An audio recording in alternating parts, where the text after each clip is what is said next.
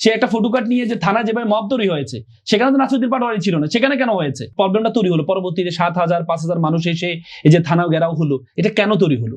কাকে নিয়ে এই যে বর্তমানে এআই এর যুগে কাকে নিয়ে ফটো কার্ড তৈরি হয় নাই?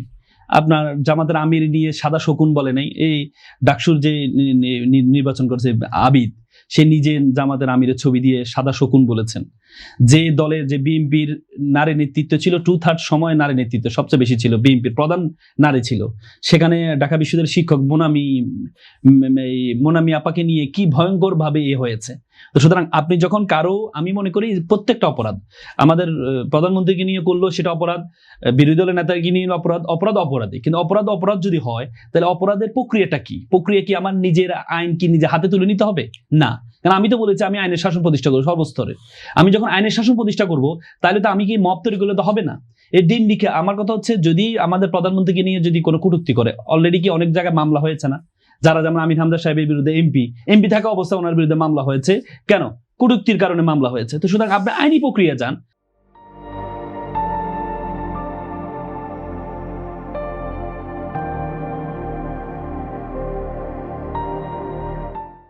যদি আপনার কাছে মনে হয় নাসিরুদ্দিন পাটোয়ারি এমন কিছু করছে যেটা মানহানিকর, তাহলে তো আপনার আইন আছে, আপনি আইনে মামলা করতে পারবেন। আইনের শাসন প্রতিষ্ঠা করার জন্য আপনি তাকে আইনের আশ্রয় নেবেন। কিন্তু আপনি যখন ডিম নিক্ষেপ করছেন, আপনি বলছেন ডিম নিক্ষেপ এটা অপরাধ না, কিন্তু যে লাঠি দিয়ে আক্রমণ করলেন, আহত করলেন, এখানে অনেকে আহত হয়েছে, নামা মসজিদ থেকে বের হচ্ছে, আপনি ওই সময় আপনার কেন কুষ্টিয়াতে ওখানে এই ঝিনাইদহে কি হয়েছে?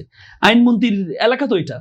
আপনি যখন একজন রাজনীতিবিদ, আপনার তার ভাষা আপনার পছন্দ নাও হতে পারে, অনেক রাজনীতিবিদের ভাষা আমার পছন্দ না, কিন্তু পছন্দ না হলে আপনি ভুল বলছেন। না, মানে ঝিনাইদহ আইনমন্ত্রীর জেলা তো এটা, এই কি বলে ঝিনাইদহ আইনমন্ত্রীর জেলা, ঝিনাইদহ না, কি কুষ্টিয়া নাকি চুয়াডাঙ্গা? হ্যাঁ, চুয়াডাঙ্গা মানে পাশাপাশি জেলা আর কি। তার মানে মানুষ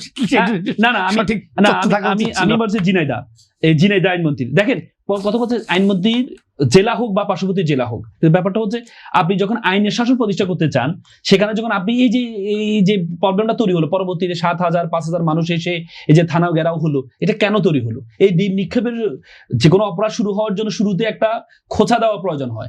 এই যে লাঠি আক্রমণ হলো, মামলা হলো, মামলা দিয়ে গ্রেপ্তার হলো, আপনি কাদেরকে গ্রেপ্তার করেছেন? আপনি তো শুধু বিরোধী দলকে গ্রেপ্তার করেছেন, আপনি তো সরকারি দলের যারা আছে আপনি কাউকে তো গ্রেপ্তার করেন নাই। যদি আপনি দুই পক্ষকে গ্রেপ্তার করতেন তাহলে আপনি আইনের শাসন প্রতিষ্ঠা করলেন, কিন্তু আপনি তো সেখানে আইনের শাসন প্রতিষ্ঠা করলেন না। তার মানে আপনি যখন আইনের শাসন প্রতিষ্ঠা করতে যাবেন, আপনি দেখেন আমাদের স্বরাষ্ট্রমন্ত্রী, আমি মনে করি স্বরাষ্ট্রমন্ত্রী প্রত্যেকটা মন্ত্রণালয় নিয়ে ওনাকে যদি ভোটাভুটি করা হয় উনি 100তে 100 পাবেন। ওনাকে যদি আইনমন্ত্রী হিসাবে বিবেচনা করেন আপনি 100তে 100 পাবেন, কিন্তু যদি স্বরাষ্ট্রমন্ত্রী হিসেবে বিবেচনা করেন আপনি 100তে 10 পাবেন না। উনি সকল মন্ত্রণালয় নিয়ে ওনার কনসার্ন আছে, কিন্তু ওনার নিজের মন্ত্রণালয় নিয়ে কোনো কনসার্ন নেই। আপনি দেখেছেন একজন র্যাবকে হত্যা করা হয়েছে, তারপর চট্টগ্রামে দেখেছেন র্যাবের ক্যাম্পকে বুলডোজার দিয়ে ভেঙে ফেলা হয়েছে। এবং কি আপনি যে পুরো বাংলাদেশের আপনি যে আমাদের এই ঢাকা বিশ্ববিদ্যালয়ের মতো জায়গায় সেখানে একটা ছাত্রকে গুলি করে নীলক্ষেতে হলো। তার মানে এই যে আমরা তো সবচেয়ে যোগ্য ব্যক্তি, আমরা মনে করি সবচেয়ে যোগ্য ব্যক্তিটাকেই স্বরাষ্ট্রমন্ত্রী বানানো হয়েছে, কিন্তু যেহেতু উনি যেহেতু দল চালানো ব্যস্ত, আমাদের কিন্তু সংবিধান কিন্তু আছে যে মিনিস্টার উইদাউট পোর্টফোলিও, মানে আপনি তাকে মন্ত্রণালয় না দিয়েও মিনিস্টার বানাইতে পারেন।